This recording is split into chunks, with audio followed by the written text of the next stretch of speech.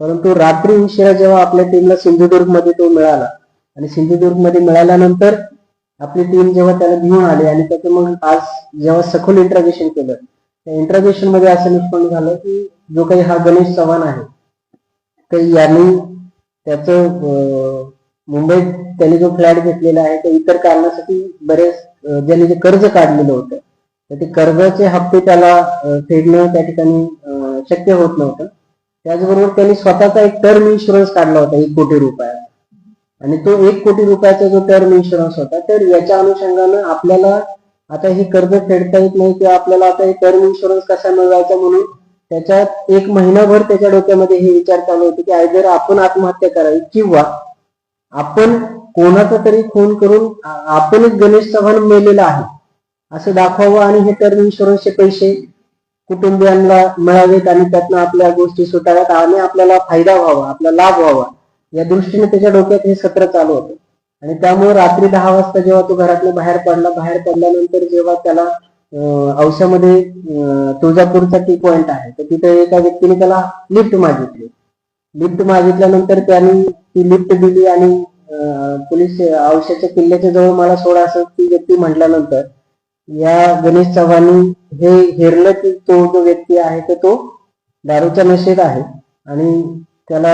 काही तेवढं त्याचं हे नाहीये.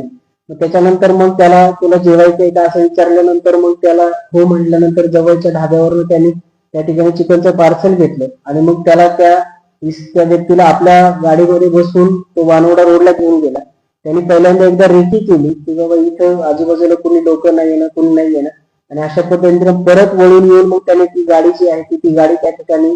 पार्क केली. तो जो बसलेला इसम होता त्याला त्यांनी जेवणासाठी जे आणलेलं चिकन होतं ते दिलं, ते त्याने थोडंसं खाल्लं, उरलेलं ते नको म्हणला आणि झोपी गेला तो त्या गाडीमध्ये. म्हणून त्याने ते चिकन जे आहे ते बाहेर टाकून दिलं. नंतर हा पूर्णतः दारूच्या ह्याच्यात असल्यामुळे आणि तसंच झोपी गेलेला असल्यामुळे त्यांनी त्याला उचलून ड्रायव्हर सीटवर त्या ठिकाणी बसवलं. ड्रायव्हर सीटला बसवल्यानंतर हा हालचाल करू नये म्हणून सीट बेल्टने त्याला त्या ठिकाणी पॅक केलं आणि ते पॅक केल्यानंतर त्यांनी गाडीत ऑलरेडी 7-8 दिवसापूर्वी जो माचीसचा एक मोठा बॉक्स होता ज्याच्यामध्ये साधारणतः 8 ते 10 काड्यापेट्या असतात तर त्यातल्या काड्यापेट्या ज्या होत्या त्या सगळ्या त्या सीटवर आणि गाडीत त्यांनी त्या ठिकाणी टाकल्या.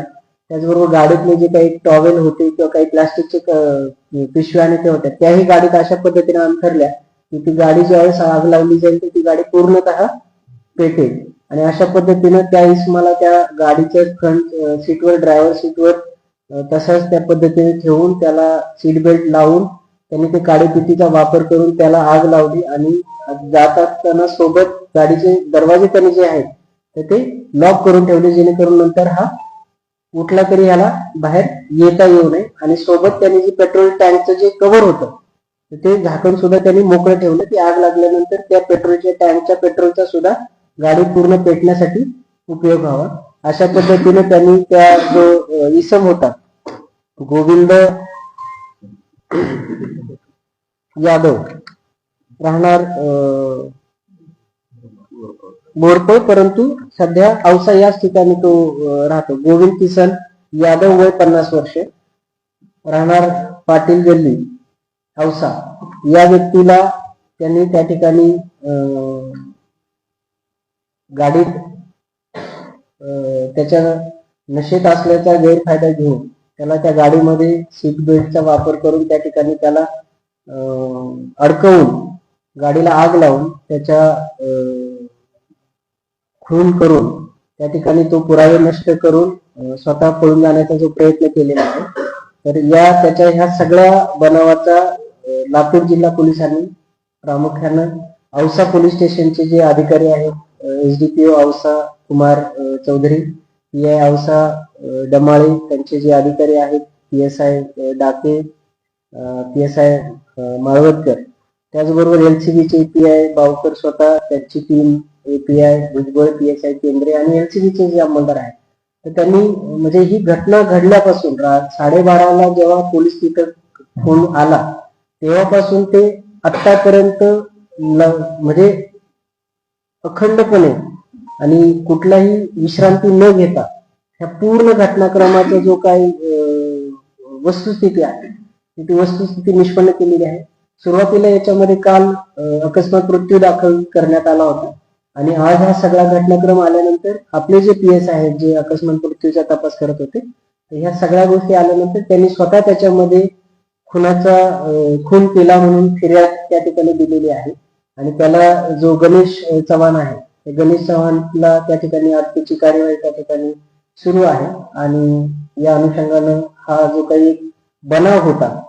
तो बनाव त्या ठिकाणी उघडकीस आणलेला आहे. खुनासारखा एक गंभीर गुन्हा आहे, तो गंभीर गुन्हा त्या ठिकाणी उघडकीस आणलेला आहे.